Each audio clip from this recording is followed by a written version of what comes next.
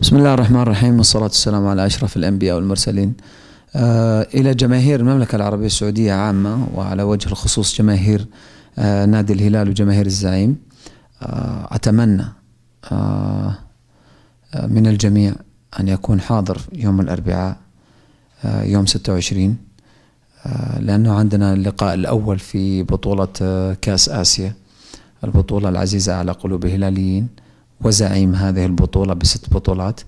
وأعتقد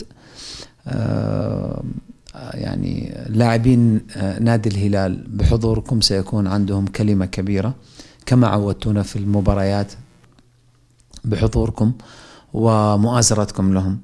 لكن أنا عندي شيء بالنسبة للحضور، لأنه مهما كان ومهما عملنا من عمل فني داخل المباراة، أعتقد أنه التفاعل اللي حيكون من جمهور نادي الهلال هو اللي حيعطي بصمة وبيعطي قوة إضافية للفريق. فبحضوركم وتفاعلكم في المباراة أعتقد أنه لن يكون هناك أي عذر لنا إحنا كفريق في تقديم ما أنتم تطمحون إليه.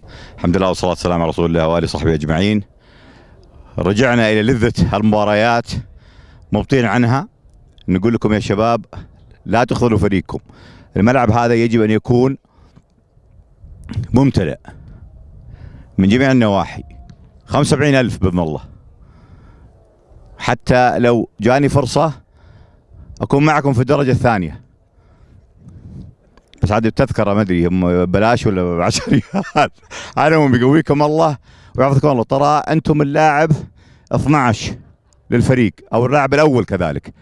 يحفظكم الله ويقويكم الله، وانتم صراحه شبابنا عز الوطن. السلام عليكم. وعدنا باذن الله استاد الملك فهد ان شاء الله. جماهير الزعيم، جماهير الشقرديه، نبي نشوفكم ان شاء الله في يوم الاربعاء، تعبون الاستاد زي ما عودتونا بحول الله وقوته.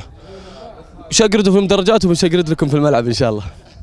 السلام عليكم جمهورنا العزيز، الوعد ان شاء الله يوم الاربعاء، فمحتاجينكم، محتاجين دعواتكم صراحه، محتاجين وقفتكم. احنا بدونكم بدون يعني ما نسوي شيء، ويعني تشجيعكم لنا هو اللي دايم يخلينا نحصل على 3 نقاط ويخلينا نقدم مستوى نتيجه. ننتظركم ان شاء الله يوم الاربعاء.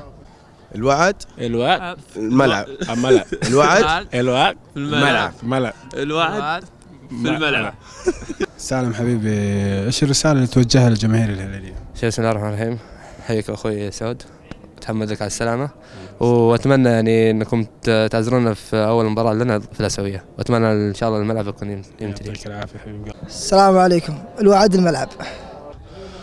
شقردوا في المدرجات وبنشقرد لكم في الملعب ان شاء الله.